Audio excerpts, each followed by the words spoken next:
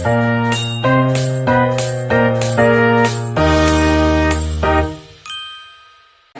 semuanya, perkenalkan nama saya Hestia Saputri. Saya mewakili kelas 10 AKL 3 untuk lomba Hitoba. Assalamualaikum warahmatullahi wabarakatuh. Alhamdulillahirabbil alamin wassalatu wassalamu ala asrofil anbiya'i wal mursalin sayyidina Muhammadin wa ala alihi wa sahbihi ajma'in amma ba'du. Rabbi shrah li sadri wa yassir li amri wahlul 'uqdatam min lisani yafqahu qawli. Segala puji bagi Allah Subhanahu wa taala yang telah melimpahkan rahmat taufik serta hidayahnya kepada kita semua hingga pada hari ini kita masih diberikan kesehatan dan kesempatan untuk menuntut ilmu. Shalawat serta salam kita sanjungkan kepada Nabi Agung Muhammad sallallahu alaihi wasallam, kepada keluarganya, para sahabatnya, dan semoga sampai kepada kita semua sebagai umatnya hingga akhir zaman. Hadirin yang dirahmati Allah, di sini saya akan menyampaikan hitobah dengan judul Menjadi Muslim yang Baik dalam Bermedia Sosial. Di era digital seperti sekarang ini, media sosial menjadi bagian yang tidak terpisahkan dari kehidupan kita. Seringkali kita membuka media sosial untuk melihat Instagram, TikTok, WhatsApp, atau platform lainnya. Media sosial sebenarnya memberikan banyak manfaat. Kita bisa mendapatkan informasi dengan cepat, berkomunikasi dengan orang yang jauh, bahkan belajar berbagai hal baru. Namun, di balik manfaat tersebut, media sosial juga bisa membawa dampak buruk bagi kehidupan kita apabila tidak digunakan dengan bijak. Kita sering melihat orang saling menghina di kolom komentar, menyebarkan berita yang belum tentu benar, bahkan membuka aib orang lain. Padahal, sebagai seorang muslim, kita diajarkan untuk menjaga lisan, perkataan, termasuk perkataan yang kita tulis di kolom komentar dan di media sosial.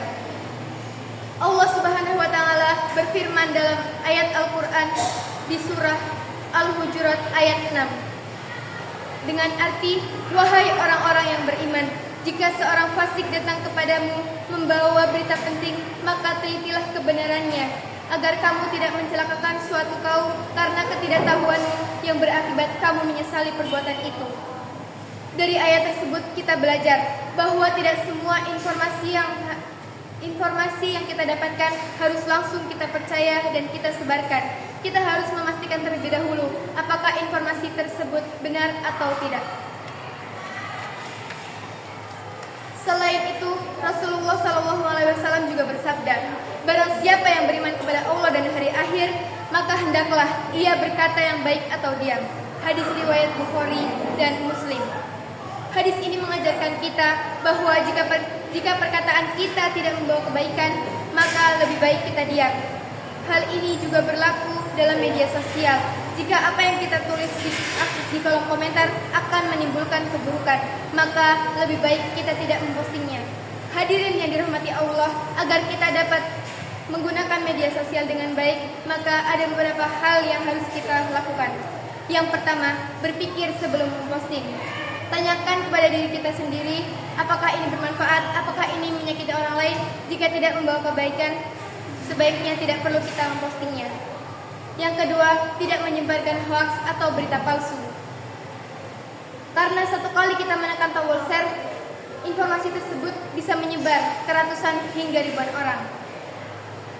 Ketiga, menggunakan media sosial untuk menyebarkan kebaikan, misalnya berbagi ilmu, menyebarkan motivasi kepada orang lain, menyampaikan pesan-pesan yang positif, atau bahkan berdakwah.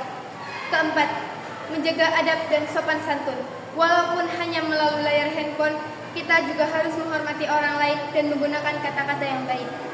Hadirin yang berbahagia, media sosial pada dasarnya hanyalah sebuah alat. Alat tersebut bisa menjadi sumber pahala jika kita gunakan untuk kebaikan.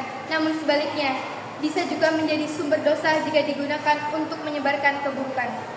Oleh karena itu, mari kita gunakan media sosial dengan bijak. Jadikan media sosial sebagai tempat untuk menyebarkan hal-hal yang bermanfaat, memberikan inspirasi, dan mempererat hubungan sesama manusia.